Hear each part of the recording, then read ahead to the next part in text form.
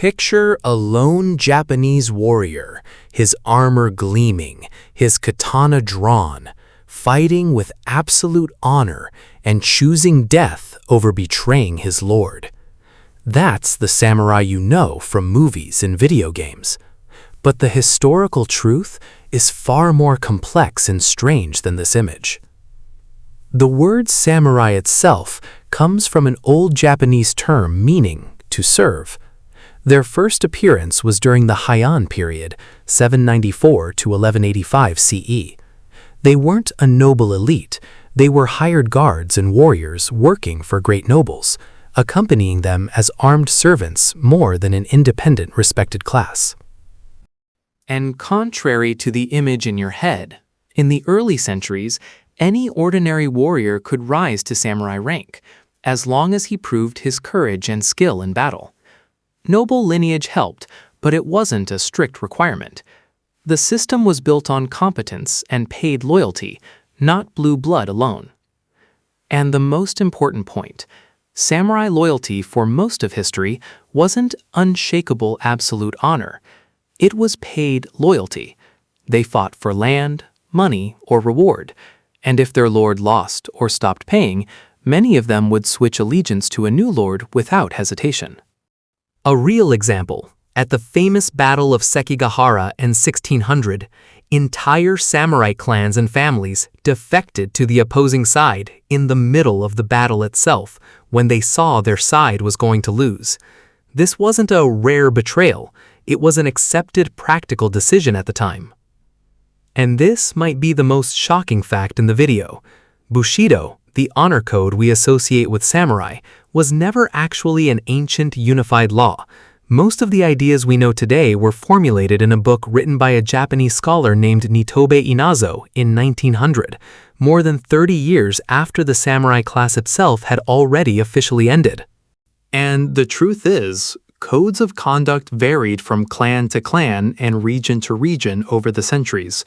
Every noble family had its own expectations of its warriors, and there was no single rule book everyone followed until the 20th century. And even the idea of the sword as the primary weapon is exaggerated. For centuries, the long Japanese bow, the yumi, was the most important weapon in battle, followed by the yari spear. The katana was more of a status symbol and close-range personal defense weapon, not the primary battlefield tool movies imagine. And their armor wasn't a single solid piece of metal like European armor. It was made of hundreds of small, overlapping plates, laced together with precisely colored silk cords, giving high flexibility of movement along with good protection, completely different from the solid, shiny plate armor image we sometimes see in movies. And for more than 150 years, Japan lived through a period called Sengoku, the Age of Warring States, constant civil wars between rival feudal lords, each building his own castle and trying to expand his control at his neighbor's expense. After decades of war, a leader named Tokugawa Ieyasu finally emerged victorious in 1603, establishing a unified military government that ruled Japan in relative peace for more than 250 continuous years. And this exact shift is what radically changed samurai life. And during this long period of peace, most samurai never fought at all anymore. They transformed into clerks, administrators, and bureaucrats working in service of their lord, collecting taxes and organizing land affairs, and their sword became more of a social status symbol worn at their side than a tool they actually used in daily life. And the bigger surprise is that elite samurai during this period of peace became masters of refined arts. They learned the traditional Chano-yu tea ceremony with its precise rituals, practiced no theatrical drama, mastered calligraphy and painting, and even took up collecting antique Chinese objects as a refined hobby. And contrary to the purely male image, there existed a class of female warriors called Onna Bugeisha, who defended their families' lands and castles while the men were away at war. They used a distinctive weapon called the naginata, a long polearm with a curved blade, suited for defense in tight spaces inside a castle. And there was a controversial ritual called seppuku, a ritual suicide some samurai practiced rather than face capture or shame.